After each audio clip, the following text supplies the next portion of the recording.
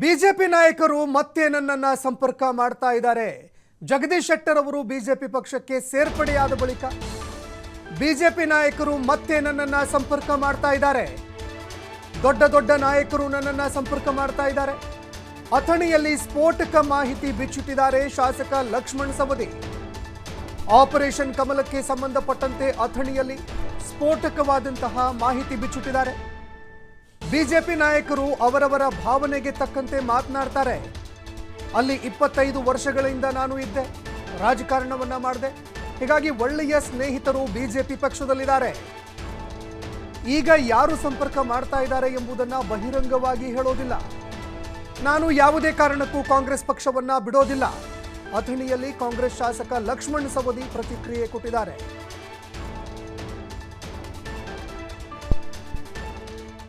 ನೋಡಿ, ಭಾಳಷ್ಟು ಜನ ಒಂದು 20-25 ವರ್ಷದಿಂದ ಆ ಪಕ್ಷದಲ್ಲಿ ಇದ್ದವ. ನಾನು ಸ್ನೇಹಿತರಿದ್ದಾರೆ, ನನ್ನ ಬಗ್ಗೆ ಒಳ್ಳೆಯ ಅಭಿಪ್ರಾಯ ಇರ್ತಕ್ಕಂಥ ಜನನೂ ಇದ್ದಾರೆ. ಅವರೆಲ್ಲರೂ ಸಂಪರ್ಕ ಮಾಡ್ತಾರೆ. ಅವರಿಗೆ ಅವಶ್ಯಕತೆ ಮತ್ತು ಅನಿವಾರ್ಯತೆ ಎರಡೂ ಇರೋದರಿಂದ ಸಹಜವಾಗಿ ಸಂಪರ್ಕ ಮಾಡ್ತಾರೆ. ಸಂಪರ್ಕ ಮಾಡೋದು ಅವರ ಇಚ್ಛಾನುಸಾರ ಮಾಡ್ತಾ ಇದ್ದಾರೆ. ನಿರ್ಣಯ ತಗೊಳ್ತಕ್ಕಂಥದ್ದು ನಾನು ಹೆಸರು ಹೇಳಲಿಕ್ಕೆ ಹೋಗೋದಲ್ಲ, ಸಾರ್ವಜನಿಕವಾಗಿ ಅದನ್ನು ಹೇಳಲಿಕ್ಕೂ ಬರೋದಲ್ಲ.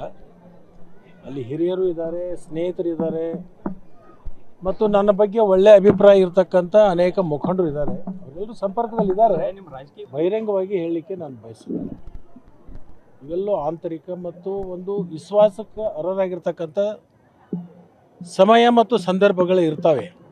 ಅದನ್ನು ನಾವು ರಾಜಕೀಯವಾಗಿ ಅದನ್ನು ಬಹಿರಂಗವಾಗಿ ಹೇಳಲಿಕ್ಕಾಗಲ್ಲ. ಒಂದು ವಿಶ್ವಾಸ ಅಂತಕ್ಕಂಥದ್ದು ರಾಜಕಾರಣದಲ್ಲಿ ಬೇಕಾಗುತ್ತೆ.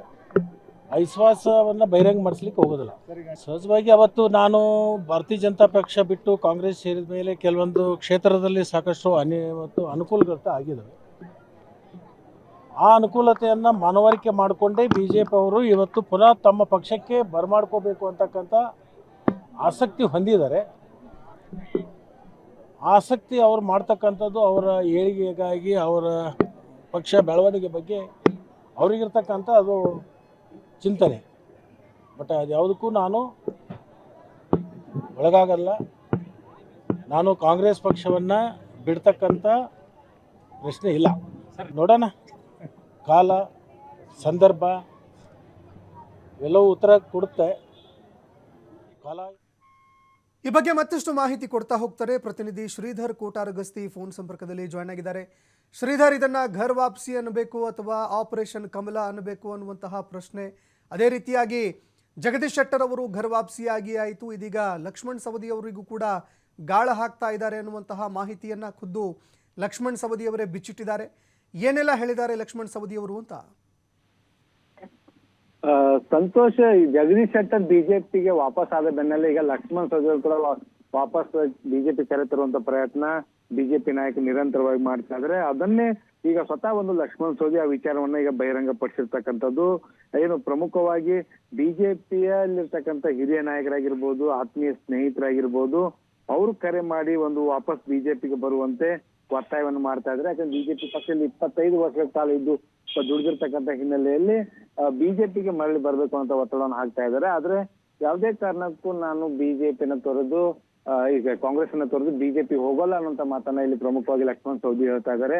ಯಾಕಂದ್ರೆ ಜಗದೀಶ್ ಶೆಟ್ಟರ್ ಈಗಾಗಲೇ ಬಿಜೆಪಿ ಸೇರ್ಪಡೆ ಆಗಿದ್ದಾರೆ. ಹಾಗಾಗಿ ಈಗ ಲೋಕಸಭೆ ಚುನಾವಣೆ ಬಂದಿದೆ, ಆ ಒಂದು ಕಾರಣಕ್ಕಾಗಿ, ಆ ಒಂದು ಅನುಕೂಲಕ್ಕಾಗಿ ಈಗ ನಮ್ಮನ್ನವರು ಆಹ್ವಾನ ಮಾಡ್ತಾ ಇದ್ದಾರೆ ಅನ್ನೋಂತ ಮಾತನ್ನು ಕೂಡ ಈಗ ಪ್ರಮುಖವಾಗಿ ಏನು ಲಕ್ಷ್ಮಣ್ ಸವದಿ ಹೇಳ್ತಾ ಇದ್ದಾರೆ. ಜೊತೆಗೆ ಡಿ ಕೆ ಶಿವಕುಮಾರ್ ಜೊತೆ ನಿನ್ನೆ ನಡೆದಂತ ಏನು ಮಾತುಕತೆ ಏನಿದೆ ಅದು ಫಲಪ್ರದ ಆಗಿದೆ ಅನ್ನೋ ಪ್ರಶ್ನೆ ಕೂಡ ಲಕ್ಷ್ಮಣ್ ಸವದಿ ಮಾರ್ಮಿಕವಾಗಿ ಉತ್ತರ ಕೊಟ್ಟರು.